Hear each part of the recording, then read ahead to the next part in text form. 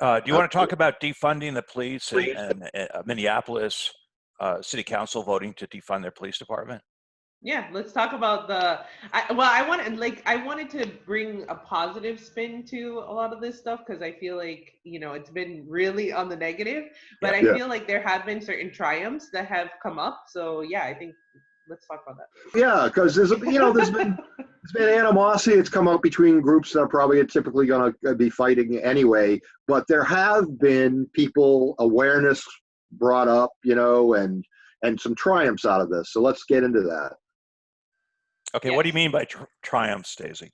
Okay, so the whole contention has been with all these protests and then also the riots and the looting is the fact that everybody is promoting peaceful protest and once you get over to the violence side of it, then that's it. Your voice is lost. You can't really no one's listening to the message anymore, right?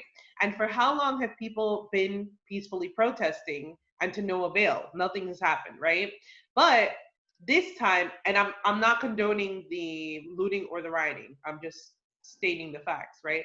The fact that you have had the police officers actually being charged, and not just with manslaughter, like their charges Right. have been elevated to reflect the fact that people are upset of this impunity essentially that police officers have to be able to enforce whatever it is, it's whatever sort of violence on people, without any sort of repercussions, right?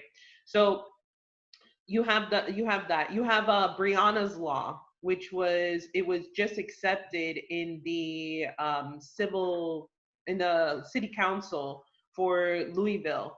And it's supposed to be, it doesn't like straight up ban no knock warrants, but it actually does, it Let me moves just in say the that. direction of banning the no knock warrants, right? Right. You also have the NYPD has talked about how they are proposing to cut 1.5 billion out of their budget, if I'm not mistaken, which is huge.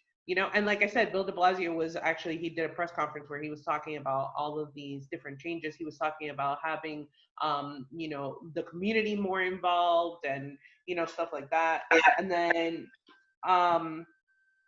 you also have the LAPD, the Mayor Garcetti. He talked about cutting 150 million from his police budget, which 150 million for LAPD seems like nothing. But again, it's something that they're talking about. And one of the things that I thought that was really great was the fact that in the Denver public schools, they voted unanimously to remove police from schools, which Oh, interesting. is Okay. Okay. so important Like, because that is where you start the school to prison pipeline, I right? mean, right. all this stuff these are important steps, but it seems to me it's still cutting around the edges. That, what's different about this is like people realize that all of a sudden that they watch TV and they see police pushing down a 75-year-old guy so he hits his head on the pavement. They see people getting rammed with vehicles. They say, "What? This is the police? Like we're Right.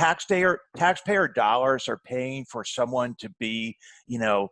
Not just a bully, but actually like assaulting people and doing these Yeah. terrible things. Like there's something wrong with this. And I think the reaction in Minneapolis, where you had the Minneapolis City Council voting by enough of a margin that they could override a veto of the mayor to defund the police. And then basically they could build it up from the ground. Okay, they could get rid of this militarized warrior policing and start building a community police or whatever force you want to call it.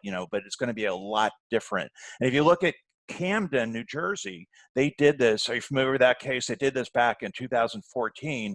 They basically had, they had the highest one of the highest crime rates in the country, one of the highest murder rates, also one of the highest rates of police initiated violence. And it's not all success. And it's been done in steps.